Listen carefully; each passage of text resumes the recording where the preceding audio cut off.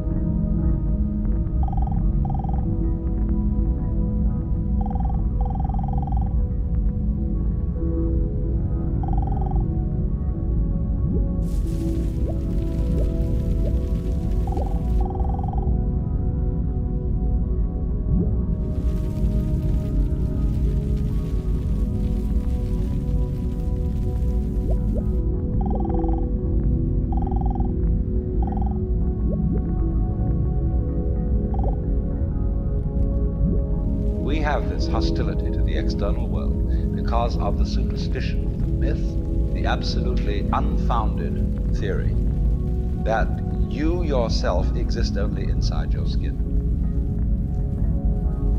Now, I want to propose another idea altogether. Billions of years ago, you were a big bang. Now you're a complicated human being. But so we define ourselves as being only that. If you think that you are only inside your skin, you define yourself as one very complicated little curlicue, way out on the edge of that explosion, way out in space and way out in time. And then we cut ourselves off and don't feel that we're still the Big Bang. But you are. Depends how you define yourself. You are actually, if this is the way things started, if there was a Big Bang in the beginning, you're not something that is a result of the Big Bang.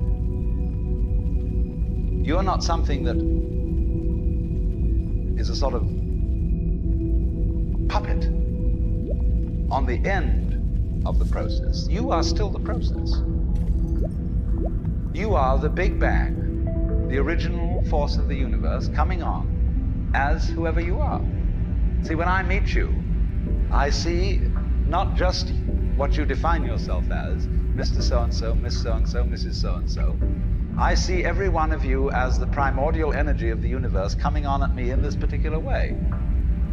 I know I'm that too. But we've learned to define ourselves as separate from it.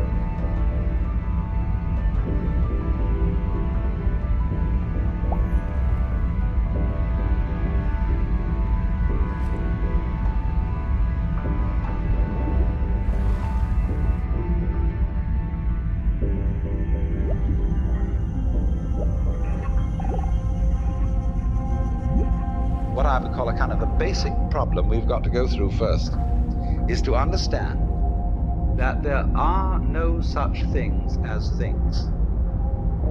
That is to say, separate things. That is only a way of talking. If you can understand this, you're going to have no further problems. I once asked a group of high school children, what do you mean by a thing? And first of all, they gave me all sorts of synonyms. They said it's an object, which is simply another word for a thing. It doesn't tell you anything about what you mean by a thing. Finally, a very smart girl who was in the group said a thing is a noun. She was quite right. A noun isn't a part of nature, it's a part of speech. There are no nouns in the physical world. There are no separate things in the physical world either. See, the physical world is wiggly. The clouds, mountains, trees, people are all wiggly. And only when human beings get working at things, they build buildings in straight lines and try and make out that the world isn't really wiggly. But here are we sitting in this room all built on straight lines, but each one of us is as wiggly as all get out.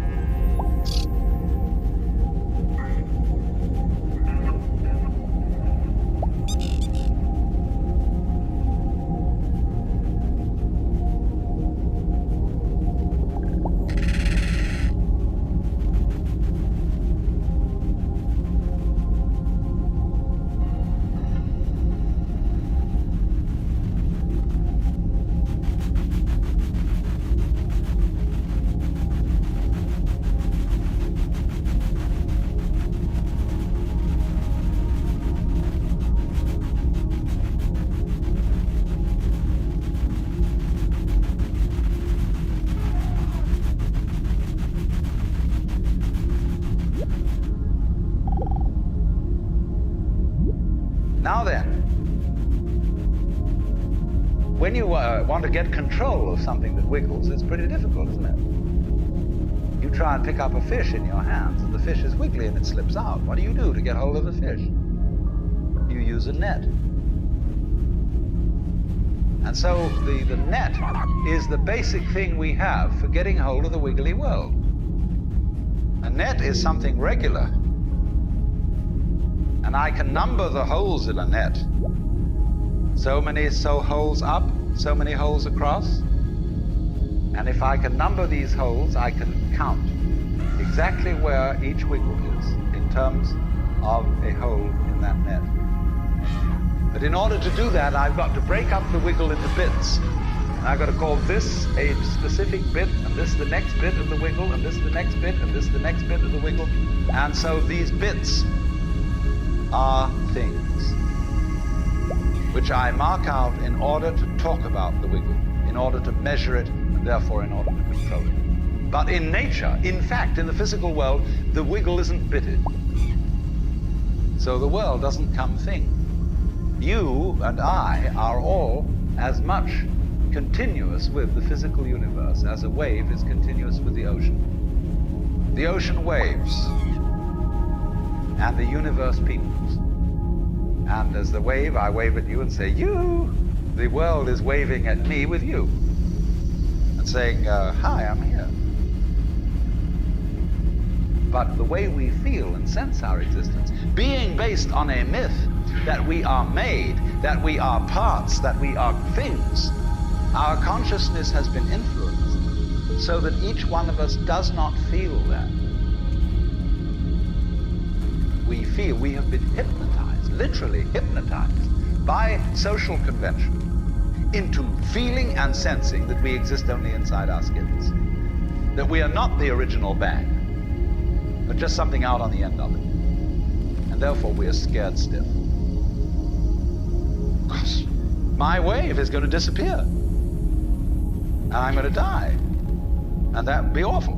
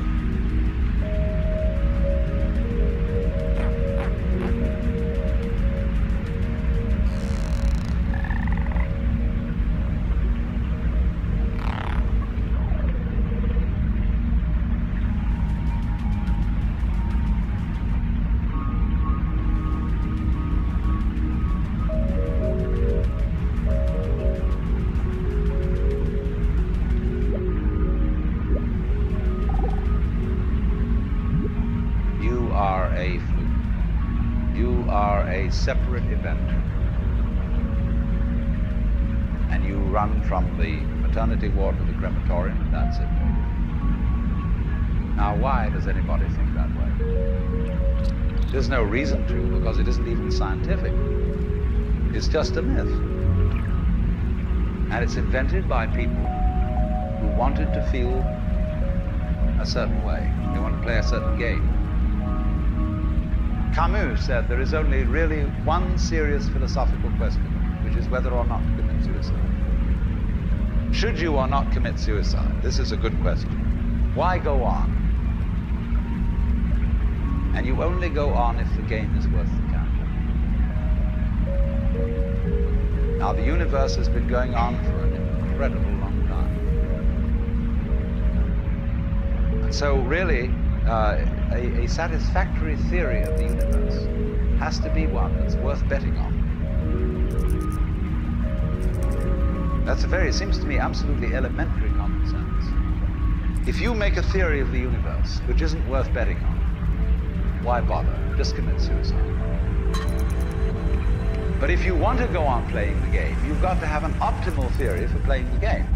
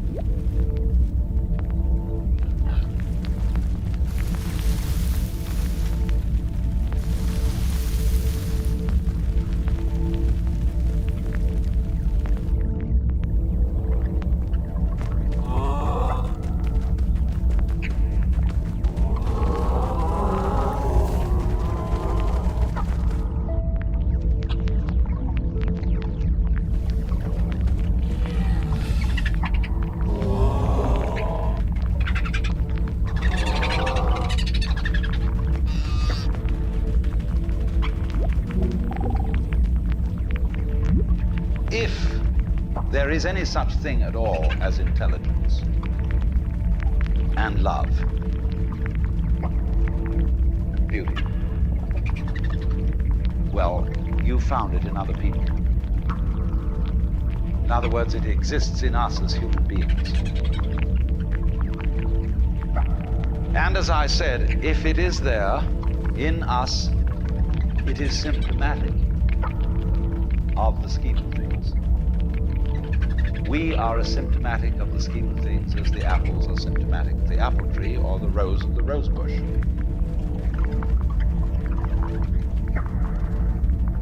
The earth is not a big rock infested with living organisms, any more than your skeleton is bones infested with cells. The earth is geological, yes, but this geological entity grows people.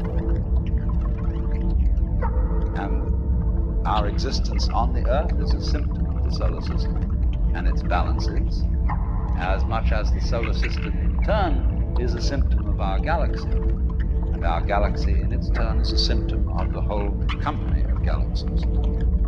Goodness only knows what that's in.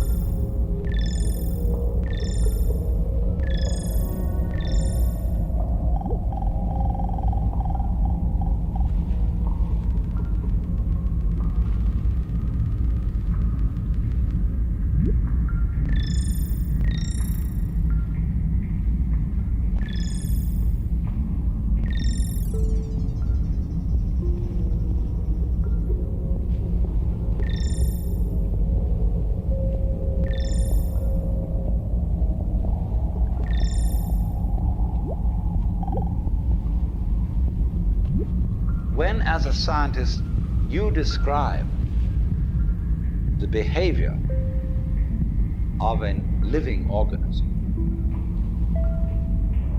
you try to say what a person does. It's the only way in which you can describe what a person is. Describe what they do. Then you find out that in making this description, you cannot confine yourself to what happens inside the skin. In other words, you can't talk about a person walking unless you start describing the floor. Because when I walk, I don't just dangle my legs in empty space. I move in relationship to a room. And so in order to describe what I'm doing when I'm walking, I have to describe the room. I have to describe the territory. So in describing my talking at the moment, I can't describe this just as a thing in itself, because I'm talking to you.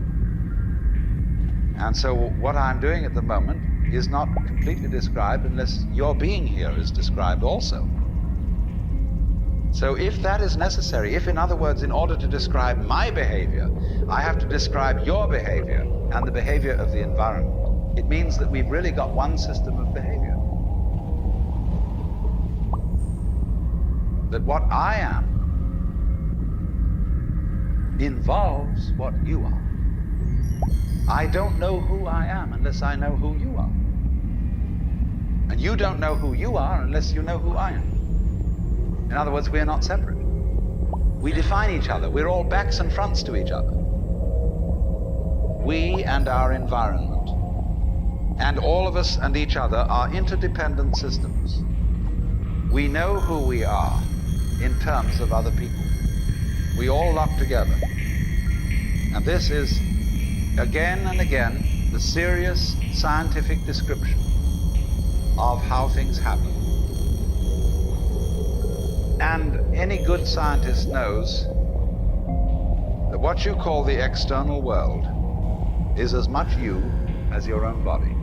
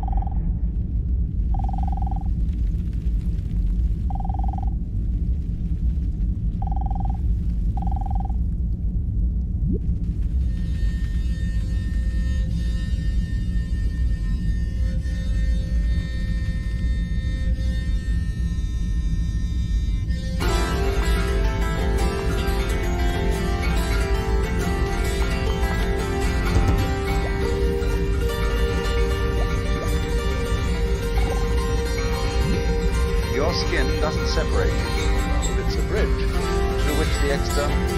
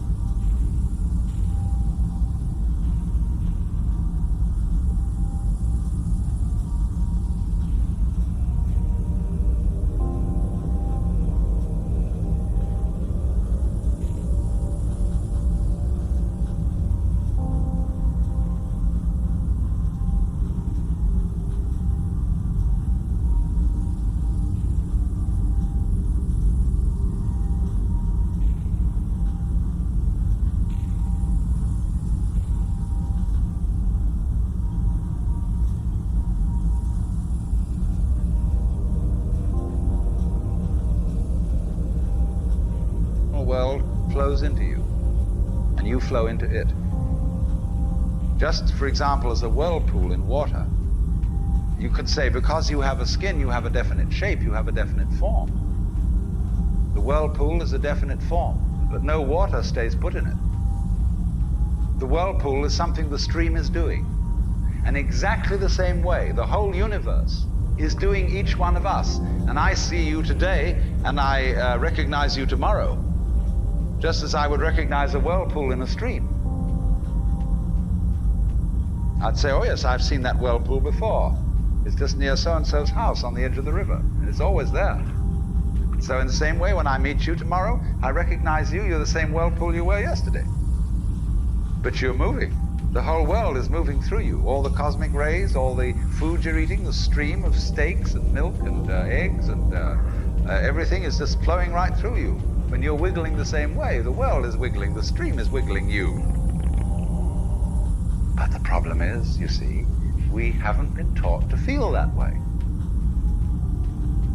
The myths underlying our culture and underlying our common sense have not taught us to feel identical with the universe, but only parts of it, only in it, only confronting it, aliens.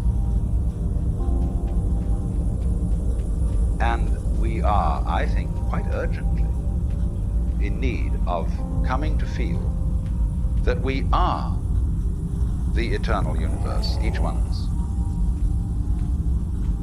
Otherwise, we're going to go out of our heads. We're going to commit suicide, collectively, courtesy of H-bombs. And, all right, supposing we do, well, that will be that, and it'll be life making experiments on other galaxies. Maybe they'll find a better game.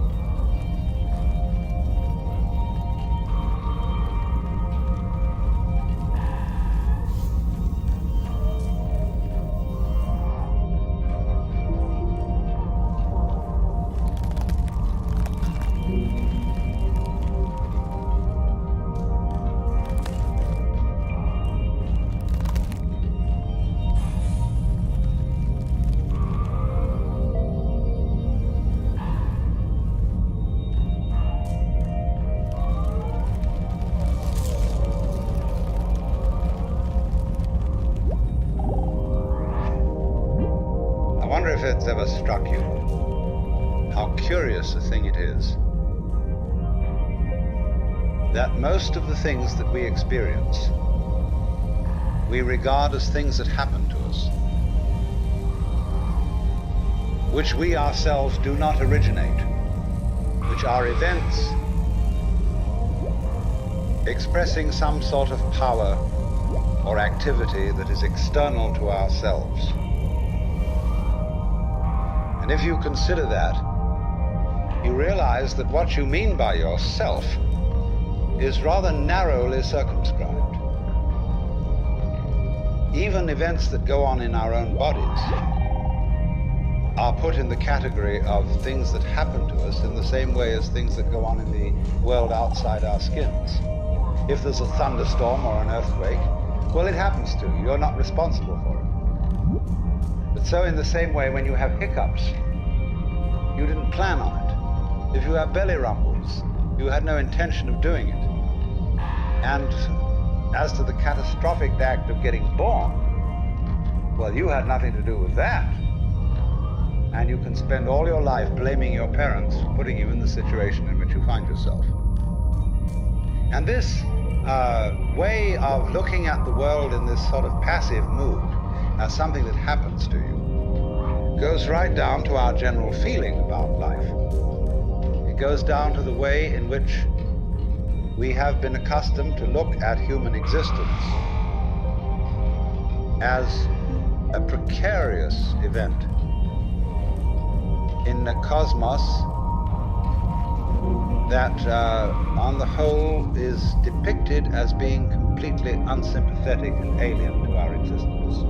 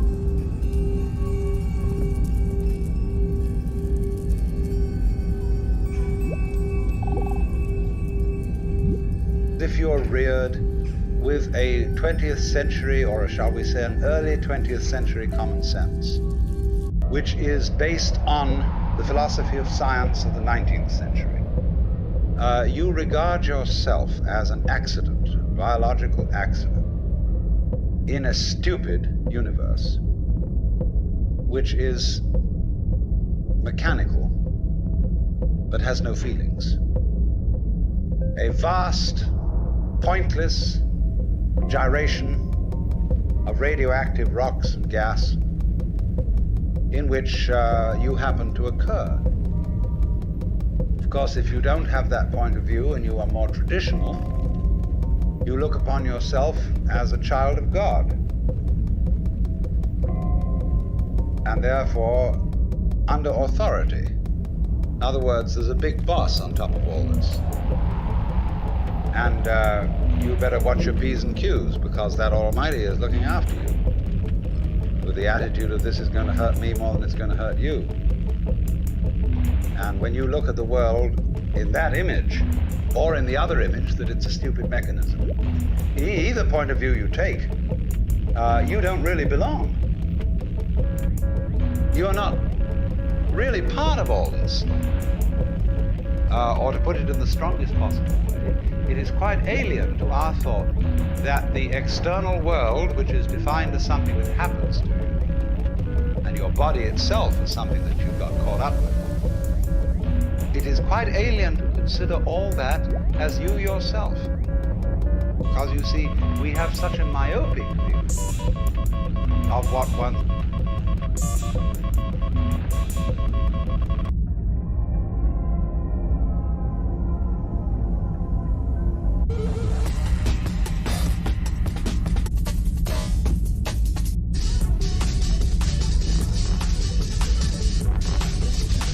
self is.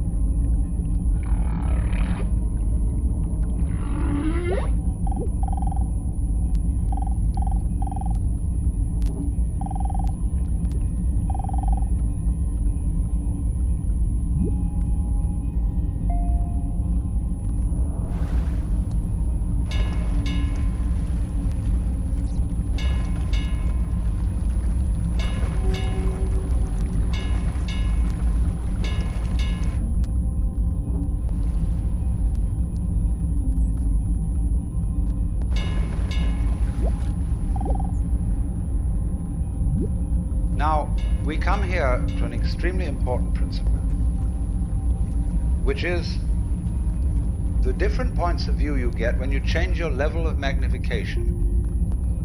That is to say, you can look at something with a microscope and see it a certain way. You can look at it with the naked eye and see it in a certain way. You look at it with a telescope and you see it in another way. Now, which level of magnification is the correct one? Well, obviously, they're all correct.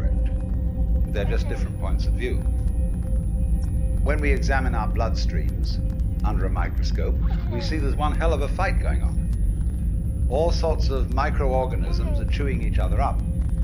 And if we got overly fascinated with our view of our own bloodstreams in the microscope, we should start taking sides, which would be fatal, because the health of our organism depends on the continuance of this battle. What is, in other words, conflict at one level of magnification is harmony at a higher level. Now, could it possibly be, therefore, that we, with all our problems, conflicts, neuroses, sicknesses, political outrages, wars, tortures, and everything that goes on in human life, are a state of conflict which can be seen in a larger perspective as a situation of harmony?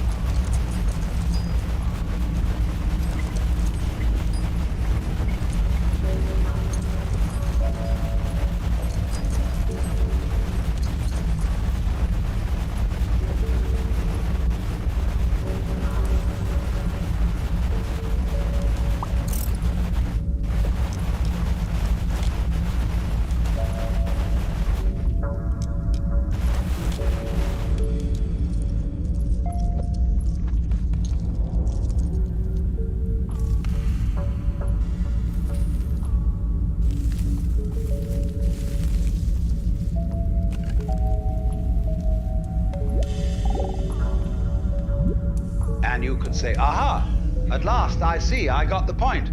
I've seen how all this makes sense.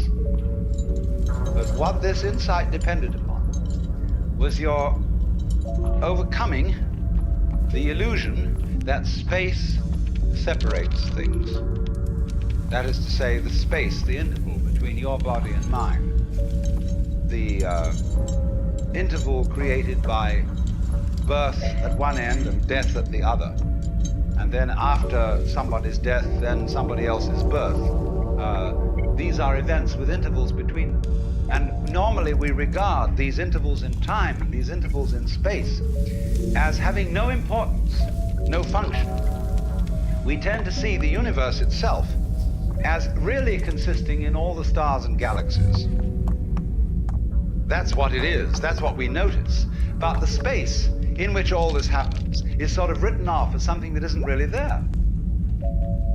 But what one has to realize is that the space is an essential function of the things in the space. After all, you can't have separate stars unless there is a space around. Eliminate the space and you will see you couldn't have this phenomenon at all. And vice versa. You couldn't have the space. They wouldn't be there in any sense whatsoever if there weren't the bodies in it. So the bodies in the space and the space are two aspects of a single continuum. They're related together in exactly the same way as a back and a front.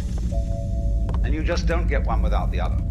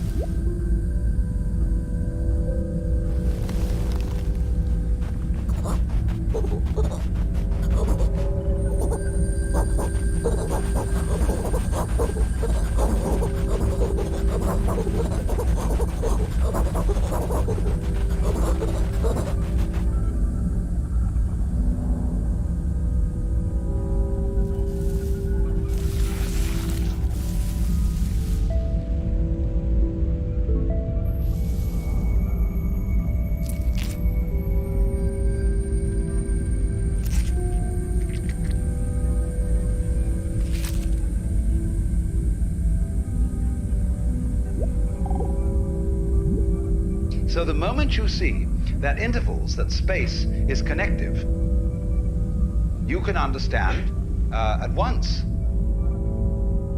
how you are not just to be exclusively defined as a flash of consciousness that occurs between two eternal darknesses. That you consider that in the darkness that comes before your birth, there was no you, and in the eternal darkness that follows your death, there is likewise no you. And I'm going to discuss these matters not by appealing to any special spooky knowledge, as if I had been traveling on the higher planes and knew all my previous incarnations and therefore could tell you authoritatively that you are much more than this individuality. I'm going to do it on a basis of complete common sense, that everybody has access to the facts.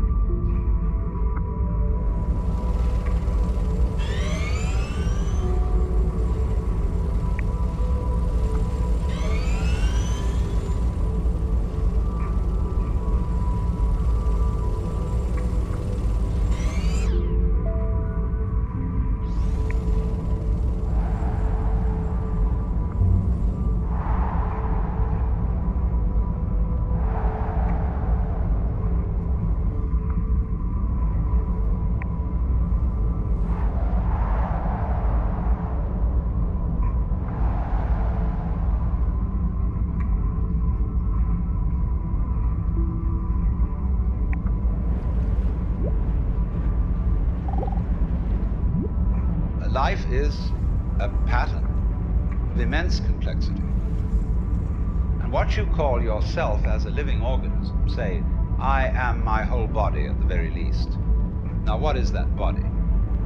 That body is recognizable, and I recognize my friends when I meet them again, and you recognize me. Although the last time any of you saw me, I was absolutely something entirely different from what I am now. Just as the flame of a candle is never a constant. The flame of a candle is a stream of hot gas. Only you say the flame of the candle as if it were a constant. Well, it is a recognizably constant pattern. But in exactly the same way, we are all constant patterns. And that's all we are. The only thing constant about us at all is the doing rather than the being. It's the way we behave, the way we dance. Only there's no we that dances. There's just the dancing. There is no thing that whirlpools. There is the whirlpool. And in the same way, each one of us is a very, very delightfully complex undulation of the energy of the whole universe.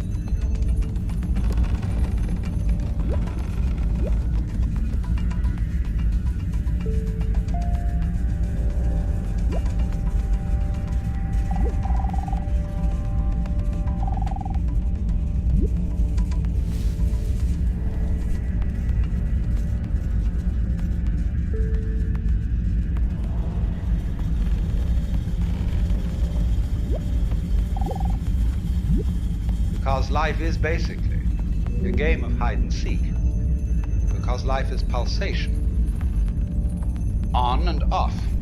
Here it is, and now it isn't. And by being this pulsation, we know it's there.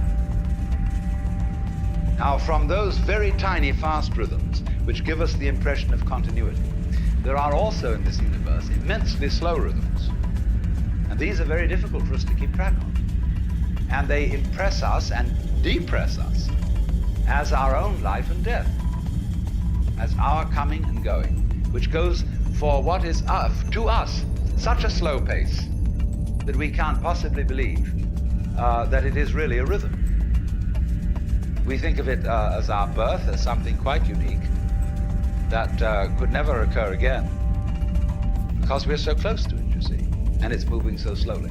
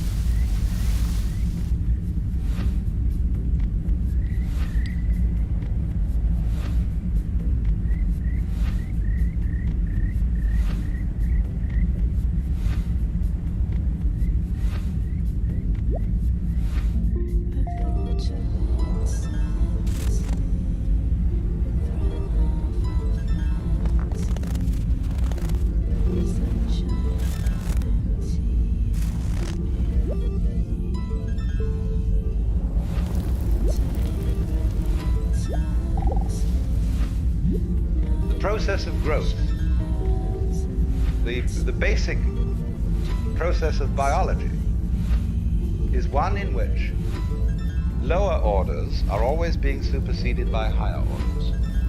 But the lower order can never figure out, or only very rarely figure out, what the higher order is that's taking over. And may see it as a terrible threat, as total disaster, as the very end, but can never be aware that the principle of growth always has and always will continue. Because that's what's going on. But you never know what the next step is going to be, because if you did know, you wouldn't take it, because it would already be past. Do you understand this? That any certainly known future is an event of which we can say, you've had it. And in that sense, it's past.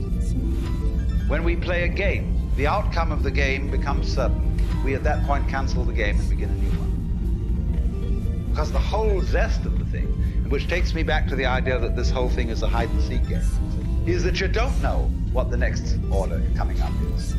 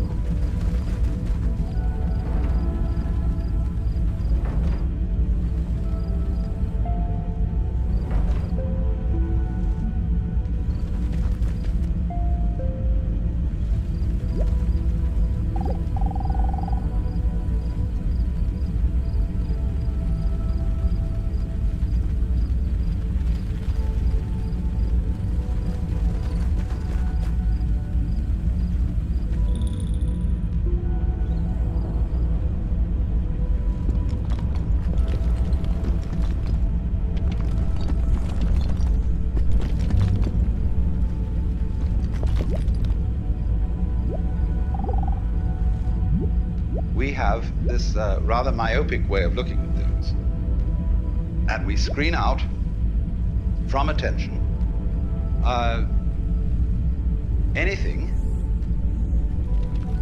that is not immediately important to a scanning system based on sensing danger. But quite obviously, you as a complete individual are much more than this scanning system. You are in relationships with the external world that on the whole are incredibly harmonious. The energies of life in the form of temperature, light, air, and food, and so on, are streaming through you all at this moment in the most magnificently harmonious way. When anything is constant, it says, okay, that's safe, it's in the bag, you needn't pay attention to that anymore. And therefore, we eliminate systematically from our awareness all the gorgeous things that are going on all the time, and instead only become focused on the things, the troublesome things that might happen to upset it. Which is all right, but we make too much of it.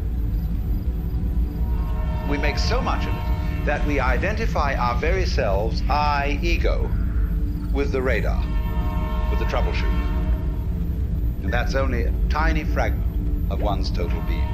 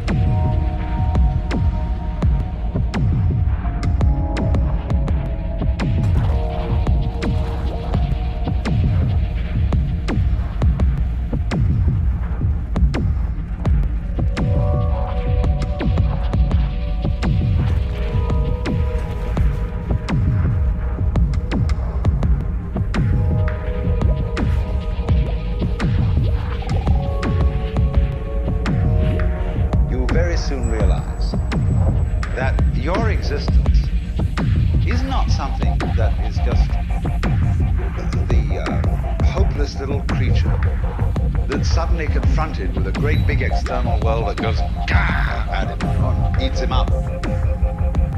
Every tiniest little thing that comes into being, every minute little fruit fly, gnat, or bacterium, I will go so far as to say is an event upon which this whole cosmos depends. This thing goes both ways. It's not only that every little organism which exists depends on its total environment. The reverse is also true, that the total environment depends on each and every one of those little organisms. So that you could say this universe consists of an arrangement of patterns in which every event is essential to the whole thing.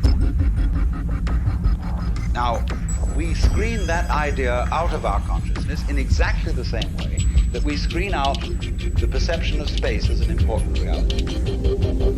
Just as we pay attention to the figure and ignore the background, so we see one way of looking at things, namely that the organism is very frail against the environment. It lasts a long time, the environment, but the organism only lasts a short time. What do you mean the environment lasts a long time?